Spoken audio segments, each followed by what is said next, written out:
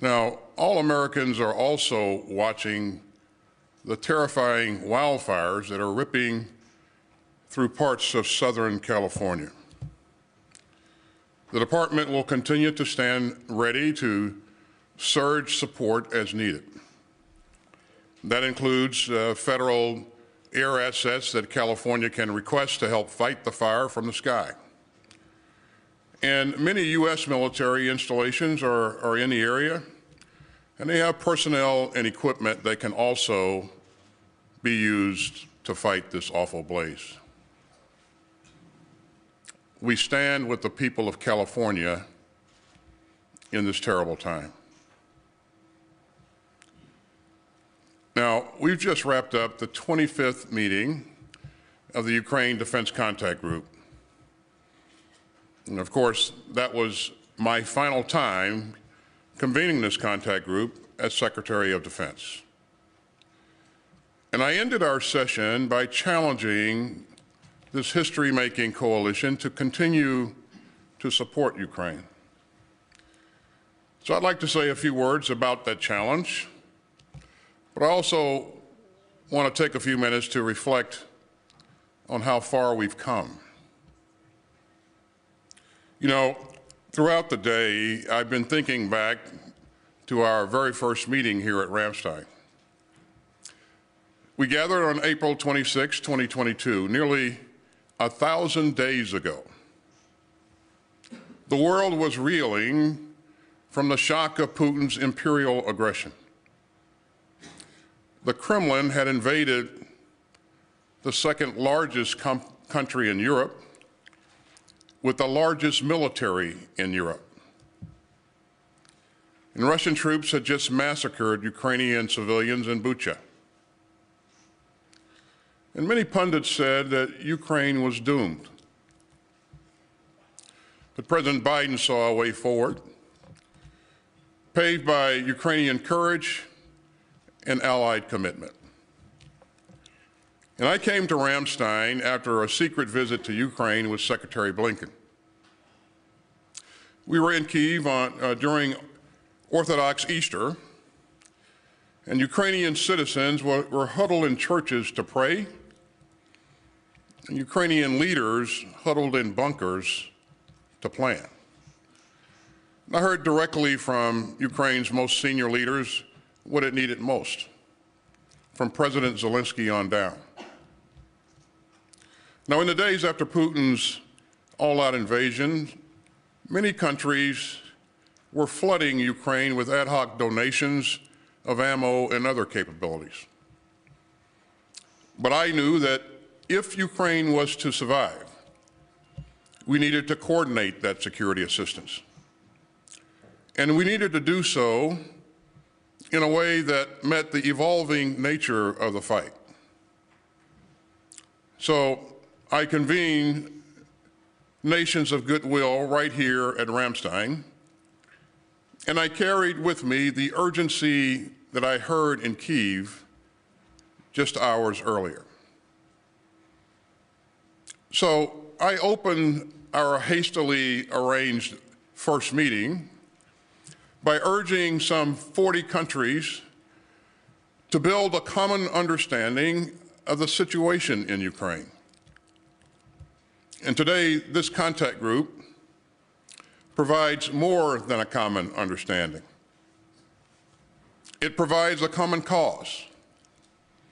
And today, some 50 countries of conscience are coordinating closely with Ukraine to send vital, consistent, and cutting-edge security assistance. And that has helped Ukraine turn Ukraine's struggle into one of the great military success stories of our time. The Ukrainian military has shown breathtaking courage. And the Ukrainian people have shown magnificent defiance. Ukraine's cause has inspired free people everywhere, including in my country. And you know, back in the desperate days of February 2022, Ukrainian citizens were making Molotov cocktails to defend their homes. But today, with the help of this contact group, Ukraine has a battle-tested military and a booming defense industrial base. We're meeting the most urgent needs of Ukraine's troops, even as we're building Ukraine's future force. And over the past 3 years, we've helped coordinate striking improvements to Ukraine's capabilities, all while managing our own readiness. Now, we know that no single capability will turn the tide. So we have always stayed focused on what works and on the combined effect of Ukraine's capabilities. You know, Ukraine has started to fly fourth-generation fighter jets. It now fields advanced Western air defense capabilities. And it produces and operates state-of-the-art unmanned systems. All of this positions Ukraine to defeat Russian aggression today and to deter Russian aggression tomorrow. And so our work has changed the course of history. Now, I am deeply proud of the assistance that the United States has provided to Ukraine. And President Biden's support for Ukraine has never flagged. And Ukraine has also had strong bipartisan support in Congress. Since February 2022, we have stayed laser focused on providing Ukraine's defenders with the capabilities that they have needed at each stage of the fight. First, artillery and rockets have been fundamental to this war. Since 2022, the United States has provided Ukraine with more than 2 million artillery rounds and more than 20,000 rockets, all while maintaining the readiness of our own forces.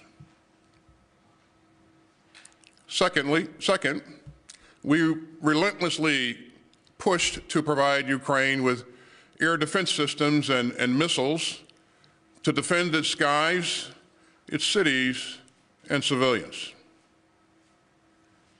Third, the department is working to support Ukraine's drone industry. And fourth, we surged other critical capabilities to Ukraine, including HIMARS, ground combat vehicles, javelins, and much, much more. And time and again, we've seen the huge significance of these combined capabilities. In fact, many of these lower key capabilities have had a far greater battlefield impact than some higher profile systems that we've also helped to provide, including F-16s and Abrams tanks and ATACMS. In a war like this, no single capability is game-changing. As I said in Kyiv in October, what matters is the combined effects of your military capabilities and staying focused on what works even as the fight evolves. Now, the Ukraine crisis exposed some shortcomings in our defense industrial base. We've still got a lot more work to do. But we have galvanized our own defense industry, investing nearly $70 billion at home to produce capabilities for Ukraine and replenish our own stocks. And so we still face major challenges ahead. But as a founder of this contact group, I am very proud of the way that our allies and partners have stepped up. Since April of 2022, the contact group's other members have committed more than $60 billion in direct security assistance to Ukraine. Ukraine's needs on the battlefield have evolved over the past 2.5 years, and so have the contributions of the coalition. Denmark, Finland, Germany, the Netherlands, Norway, Poland, Sweden, and Spain have joined to provide Ukraine with more Leopard tanks. Germany has developed and led its immediate action on air defense initiative, which has spurred partners to pledge more than $1 billion to support Ukraine's air defenses. The Czech Republic has led a dozen countries in surging critical munitions through the Czech Initiative, which coordinated the delivery of hundreds of thousands of rounds of artillery ammunition last year. And Denmark and the Netherlands have provided Ukraine's first F-16 fighter jets. And Canada, and Denmark, and France, Romania, the UK, and the US have found creative ways to train Ukrainian pilots. And Ukraine's partners have provided broad and sustained support, from Patriot and Hawk air defense systems to thousands of armored vehicles. And so all told, contact group members have committed more than $126 billion in security assistance to Ukraine. They've expanded production capacity in factories around the world. And they've raced in sustainment capabilities to keep Ukraine's equipment in the fight. So this coalition has become the arsenal of Ukrainian democracy. It has become an engine of global security. And this contact group has become the most consequential global coalition in more than 30 years. The contact group's mission is now driven by its 8 capability coalitions, with support from the national armaments directors. And today, 14 countries and Ukraine lead these important coalitions. They focus on Ukraine's Air Force, armor, artillery, demining, drones, information technology, integrated air and missile defense, and maritime security. And today, the ministers of defense here endorsed each of the coalition's roadmap for Ukraine's future force. Now, each roadmap lays out an efficient and sustainable approach to helping meet Ukraine's long-term and near-term capability needs. And that's how this contact group has produced so much progress. By working together for our shared security interests and by standing together for our shared principles. And the battlefield results have been plain. Since 2022, Russia has suffered more than 700,000 casualties in Ukraine. Now, that's more than Moscow has endured in all of its conflicts since World War II, combined. Russian casualties in Ukraine now surpass 2/3 of the total strength of the Russian military at the start of Putin's war of choice. In November 2024 alone, Russia lost nearly 1,500 troops a day. You know, volunteers cannot make up for these stunning losses. And so the Kremlin has been reduced to scouring Russia's jails and coercing contract soldiers. Moscow has even rushed troops from North Korea into a war that they don't belong in. That's another clear sign of Putin's desperation. North Korean forces have suffered more than 1,000 casualties since they enlisted last December in Putin's war. And of course, there are other estimates that are far north of that. Meanwhile, the economic cost to ordinary Russians of Putin's imperial fantasies has also been staggering. The Kremlin plans to spend about 40% of Russia's 2025 budget to keep up with the contract group's support to Ukraine. Now, that's a 25% increase from last year. Meanwhile, the Russian ruble has continued to plummet. The Kremlin has become more isolated, and Russia's global stature and strategic position have continued to decay. And so Russia has paid an appalling price for this indefensible war. Yet Putin has not achieved a single one of his strategic objectives, not one. In fact, Putin was so bogged down in Ukraine that when the vicious Assad dictatorship in Syria collapsed after more than 50 years, all he could do was watch. Russian troops had to race to haul equipment and personnel out of Syria, which had once been a centerpiece of the Kremlin's global ambitions. Putin's failure to save the Assad regime is a stark warning to the few remaining countries that might align themselves with the Kremlin.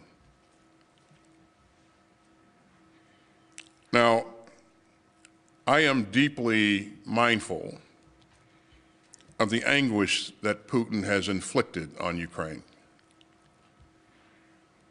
For Ukraine, these have been years of tragedy, of entirely unnecessary agony caused by one man's imperial greed. In my final hours at Ramштайн as Secretary of Defense, I mourn for every Ukrainian man, woman, and child killed in Putin's murderous war. And I salute the Ukrainian troops who are fighting so bravely for their country and for their freedom. And this coalition has had their backs for nearly 3 hard years of war. And we must not stop now. So I'm leaving this contact group not with a farewell, but with a challenge. The coalition to support Ukraine must not flinch. It must not falter, and it must not fail. Ukraine's survival is on the line, but so is all of our security. Putin wants to avenge a fallen empire and to rebuild it. The Kremlin's assault starts with Ukraine, but it will not end there. And the dangers are global. Putin wants a world where empire tramples sovereignty, a world where conquest trumps human rights, a world where tyranny bulldozes democracy. Every autocrat on earth is watching to see whether Putin gets away with it. And so this coalition must continue to stand foursquare with Ukraine and to strengthen Ukraine's hand for the negotiations that will someday bring Putin's monstrous war to a close. Now that road is challenging, but all the alternatives are far worse. No responsible leader would let Putin have his way. As I have said, peace is not self-executing. Order does not preserve itself. And security does not expand on its own. And so we must stand up for our security. We must hold firm to the bedrock principle that aggression is a sin. And we must never lose our nerve. So let me again urge countries of conscience from around the world to help Ukraine succeed and to ensure that Putin does not prevail. And to my brave Ukrainian teammates, and to my friends who have already given and sacrificed far too much, let me urge you to stay in the fight. We have come so far over the past 25 years, the past 25 meetings of this contact group. And the structure of this coalition is built to succeed, built to adapt, and built to last. 3 years ago, at the founding of this contact group, I said here at Ramштайн that this coalition reflects a galvanized world. It still does. I call Putin's war baseless, reckless, and lawless. It still is. And I call the Kremlin's onslaught a challenge to free people everywhere. It still is. I will always be proud that the Ukraine Defense Contact Group has held high the torch of security and freedom. And so I will keep saying it. Free people must refuse to replace an open order of rules and rights with a violent world of force and fear. Thanks again for being here. And with that, I'll be happy to take some questions. Thank you, Mr. Secretary. Our first question will go to Tara Kopp, Associated Press. Mr. Secretary, I'd like to start with the wildfires, given the scope and the destruction going on in California. Why haven't more troops and aircraft been sent? Is it because California hasn't asked? And if they do ask, how quickly could DoD send additional assets there? And then secondly, on Greenland, do you think President-elect Trump is serious about taking Greenland from NATO ally Denmark? And how destructive are these remarks to the NATO alliance? And then for my last and third question for you, has the incoming administration reached out to you at all about continuing the Ukraine Defense Contact Group? And if not, how concerned are you that this might be the last meeting of this historic group? It's Tara, isn't it? Close. Well, Tara, first of all, the U.S. military stands ready to assist in any way that we possibly can to help the people of California. As you know, California has a lot of capability on its own, but these are pretty significant fires. And while few requests have been made thus far, we stand ready to surge capability in as quickly as possible. And I've done some things to cause our troops to get in a three-point stance to make sure that, if the whistle blows, we are ready to move in and provide assistance. But and so far, those additional assets have not been requested? Well, we are providing some modular firefighting systems so that when the winds allow, we're able to employ that system in support of California.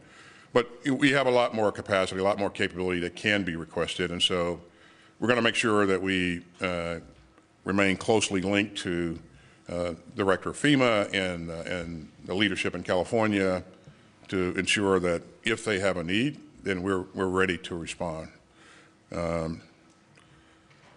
In terms of the contact group, your question is whether or not the next administration will decide to continue this effort.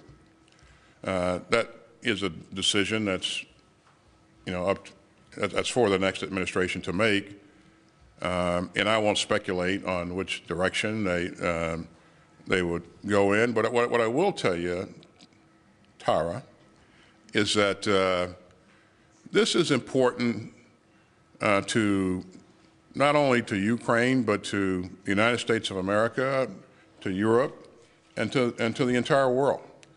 And as you know, we've seen bipartisan support in Congress.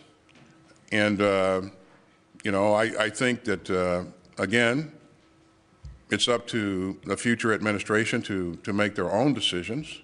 We want to make sure that we've done everything we can to ensure that, you know, we're continuing to support, to provide, and they have the options to go in whatever direction they want to go in.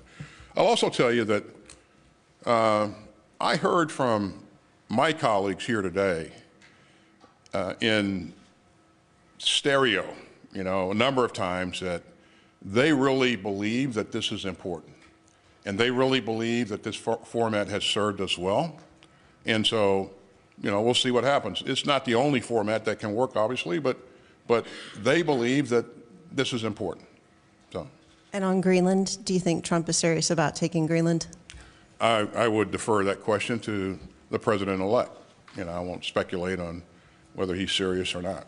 So. But how destructive is that to the alliance? I'm going to move on to the next question. Our next question will go to Uta Spanenberger from ARD. Mr. Secretary, one last question.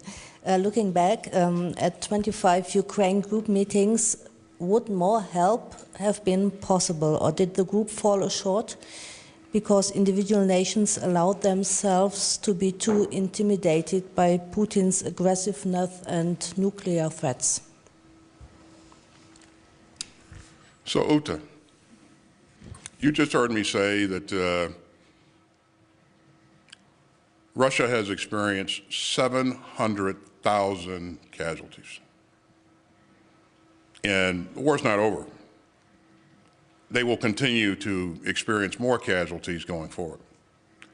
They've lost a lot of equipment. Putin's isolated. You know, he doesn't have the ability to project combat power as he would have had in the past, and we saw that with Syria. So I think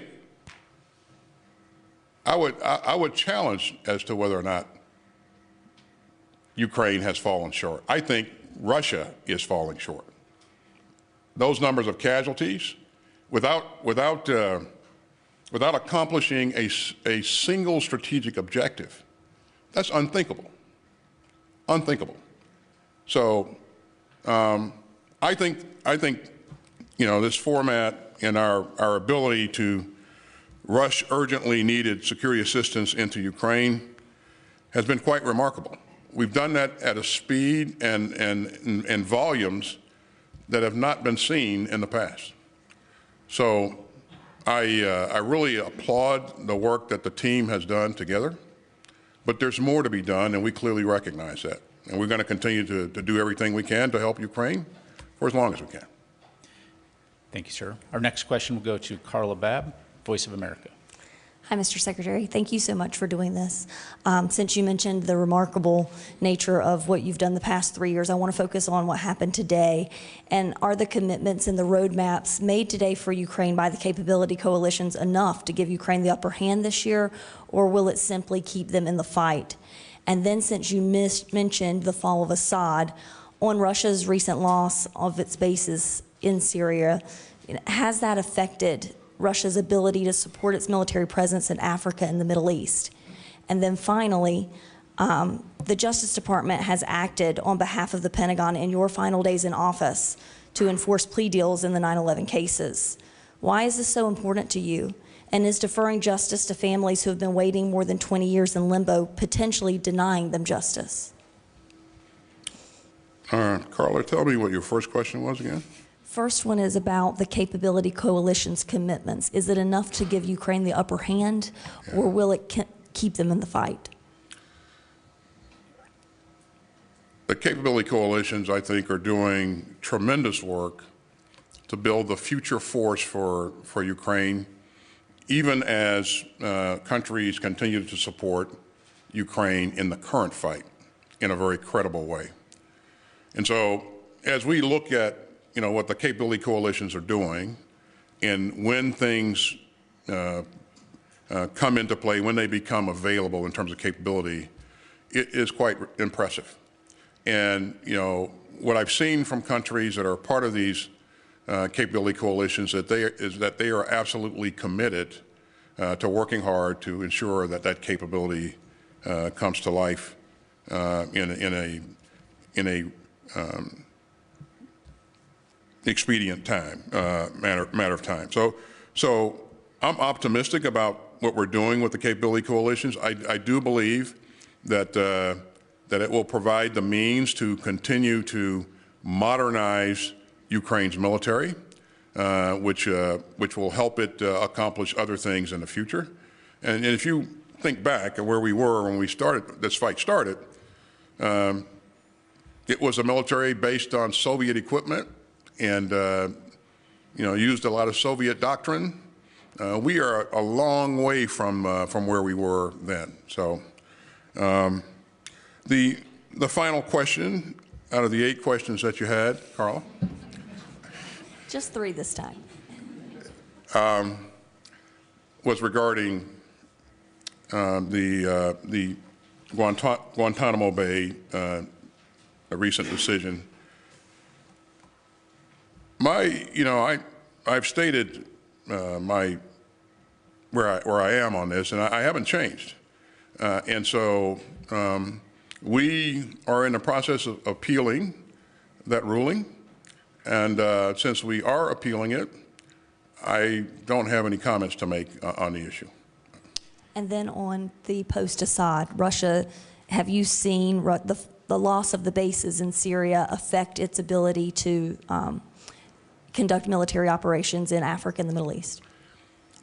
I think that, you know, based upon the fact that Russia used its capabilities, its bases in Syria to project combat power into Africa, I think that we will see a knock-on effect. We will see that this will affect their ability to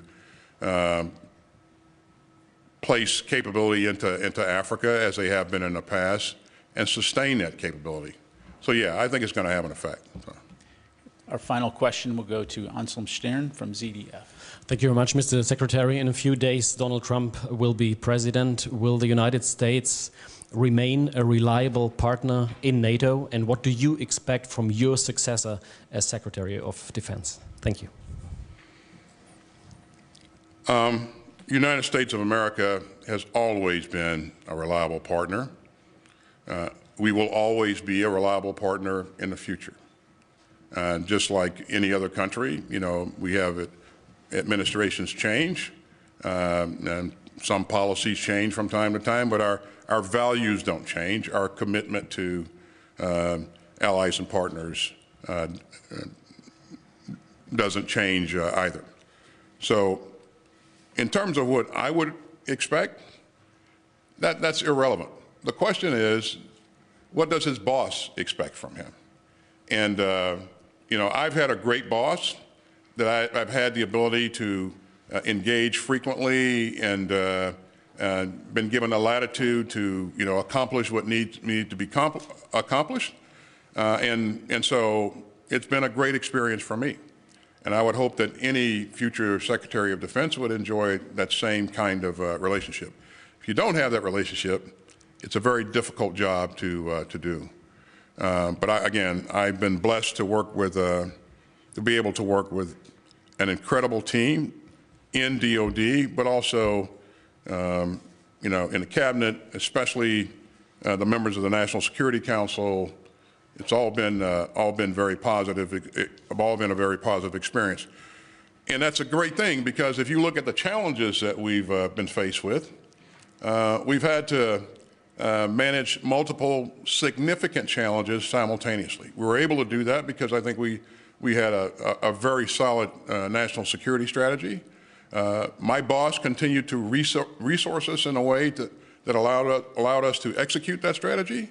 And so it's been a pretty good experience for me. And I have thoroughly enjoyed having the opportunity.